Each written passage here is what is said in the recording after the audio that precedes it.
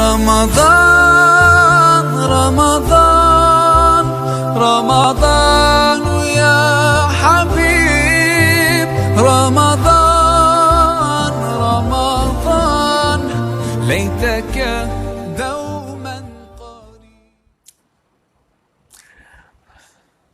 کل کاندھلے کی ایک بزرگ شخصیت حضرت مولانا افتخار الحسن صاحب کاندھلوی کا انتقال ہوا، جو ایک عرصے سے صاحب فراش تھے اور ایک مدت سے صورتحال یہ ہو گئی تھی کہ ان سے بات بھی نہیں ہو سکتی تھی، ٹھیک سے پہچان بھی نہیں پاتے تھے. لیکن جو دور ان کا گزرا ہے، ان کی جوانی سے ان کی بزرگی تک، اس دور تک، عمر کے اس بڑھاپے تک، جب بہت سے لوگ تھک ہار کے بیٹھ جاتے ہیں، وہ کام کرتے رہے.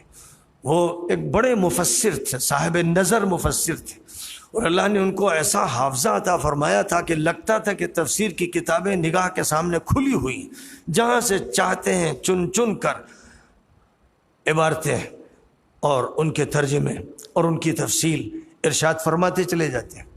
وہ ایسا لگتا تھا کہ حافظ حدیث ہیں، صرف حدیث کے عالم نہیں ہیں، صرف محدث نہیں. یقیناً وہ مفسر بھی تھے، محدث بھی تھے، فقیہ بھی تھے، اصولی بھی تھے، مؤرخ بھی تھے، لیکن محدث بھی وہ ایسے کہ اس دور کے حافظ حدیث تھے. میں نہیں جانتا کہ کتنی حدیثیں انہیں یاد تھی، لیکن میں نے ان کی تقاریر میں بہت سی حدیثوں کے متون براہ راست سنے اور تعجب ہوا کہ پورا متن کس طرح ان کے دماغ میں نقش ہے اور وہ اس کی تشریح و توضیح کیسے فرماتے ہیں. ایک طویل عرصے تک انہوں نے کاندھلے کی جامع مسجد میں درس قرآن دیا، اور اس کے بعد جب قرآن پاک کا درس قرآن کے اختتام تک پہنچا تو ایک عظیم الشان اجلاس مولانا کی طرف سے جامع مسجد بلکہ عیدگاہ کاندھلہ میں منعقد کیا گیا، اور بڑے بڑے بزرگوں کو، دیوبند اور ندوے کے اور دیگر مقامات کے بزرگوں کو دعوت دی گئی.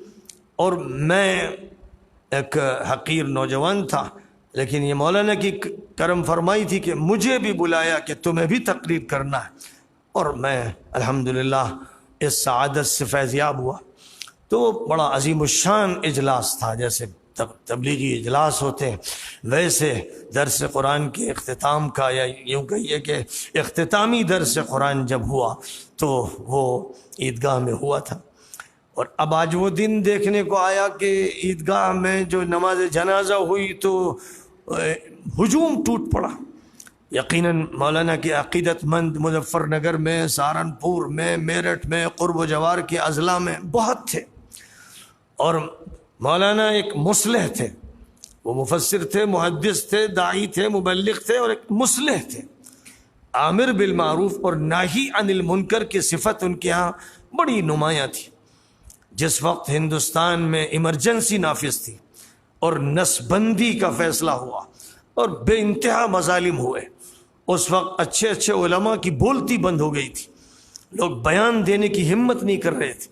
اس وقت مظفر نگر کے اس علاقے کاندھلے کا وہ مرد مجاہد تھا جس نے حکومت کے خلاف کھل کے بیان دیا. وہ مولانا افتخار الحسن صاحب تھے.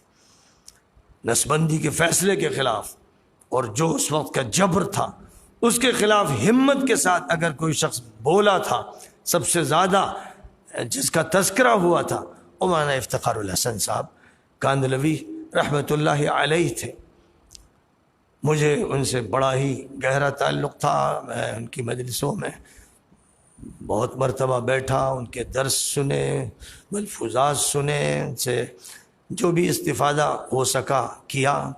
وہ خاندان کاندھلہ کے سب سے بڑے بزرگ تھے، آخری بزرگ مولانا اظہار الحسن صاحب کے بعد. اب وہی مرجع تھے، اگرچہ ایک عرصے سے بیمار تھے، لیکن ان کی شخصیت ایک ایسی مرجعیت کی شخصیت تھی کہ گویا خاندان سہارنپور اور خاندان کاندھلہ اور قرب جوار کے دیگر جو علاقے کے لوگ تھے سب یہ محسوس کرتے تھے کہ مولانا جو ہیں وہ اس دور کی ایک برکت ہے، برکت العصر ہے. ان کا وجود ہی متبرک ہے، ان کا دیکھ لینا ہی لوگوں کے لیے آنکھوں کی ٹھنڈک کا ذریعہ ہوتا تھا. جب لوگ بات بھی نہیں کر پاتے تھے تو صرف آتے تھے اور کمرے میں ان کا ایک نظارہ کر لیتے تھے اور اس سے بھی سکون حاصل کرتے تھے. تو اللہ تعالیٰ نے ان کو بڑا مقام دیا اور ان کے صاحبزادے بلند اقبال مولانا راشد کاندھلوی دامت برکاتہم کو اللہ تعالیٰ نے پورے خاندان کی علمی میراث عطا فرمائی ہے، اور والد محترم نے ان کو خاندان کی جو اصلاحی اور تربیتی میراث تھی وہ بھی عطا فرمائی، اور اللہ تعالیٰ اس خلا کو اب ان سے پر کروائے گا. ایک عرصے سے جب وہ بیمار تھے تو مولانا راشد صاحب کے ذریعے وہ خلا الحمدللہ پورا ہوتا رہا، اور پورے خاندان میں بلکہ ہندوستان کے بڑے حلقے میں اس وقت علوم و معارف پر جیسی نظر مولانا راشد صاحب کی ہے، اور در حقیقت یہ مولانا افتخار الحسن صاحب کا فیض ہے، یہ ان کی میراث علمی ہے جو انہیں ملی اور خاندان کے بزرگوں کی میراث. تو الحمدللہ ہمیں جہاں ایک غم ہے کہ ایک شخصیت رخصت ہوئی، وہاں ایک اطمینان بھی ہے کہ اس شخصیت کی جگہ پر ایک ایسی شخصیت موجود ہے جس سے استفادہ کیا جا سکتا ہے اور کیا جانا چاہیے. بہرحال ہم سب لوگ اور ملت کے تمام بڑے اور چھوٹے بزرگ دعا کرتے ہیں کہ اللہ تعالیٰ حضرت مولانا افتخار الحسن صاحب کو جنت الفردوس میں جگہ عنایت فرمائے، اعلیٰ علیین میں ان کو مقام سے نوازے، انبیاء و صدیقین و شہداء اور صالحین کی رفاقت ان کو نصیب فرمائے. انہوں نے جو زندگی گزاری الحمدللہ بے داغ زندگی تھی اور پاک زندگی تھی اور بڑی مبارک بڑی متبرک زندگی تھی. ایسے لوگوں کی زندگی یہ فی الحقیقت حضور پاک علیہ الصلاۃ والسلام کے اسوہ حسنہ کی نمائندگی کرنے والی ہوتی ہے. ہر دور میں اللہ تعالیٰ کچھ لوگوں کو حجت بنا کر رکھتا ہے تاکہ لوگوں کے سامنے ان کا نمونہ ایک دلیل کے طور پر زندہ رہے، اور آنکھوں کو دیکھتی رہیں، آنکھوں سے چار ہوتی رہیں، اور نبی کے وارثین کا منظر دنیا سے ختم نہ ہو جائے. لوگ ایسے لوگوں کو دیکھتے رہیں، صرف کتاب نہ پڑھیں، شخصیات کو بھی دیکھیں. تو الحمدللہ اللہ تعالیٰ اپنا پورے خاندان پر فضل فرمائے، پوری ملت کی اللہ حفاظت فرمائے، اور جو بزرگ اٹھتے جا رہے ہیں اللہ تعالیٰ ان کا بہترین بدل بھی ہم کو عطا فرماتا رہے تاکہ خلا باقی نہ رہے، جگہ پر ہوتی رہے. وآخر دعوانا ان الحمدللہ.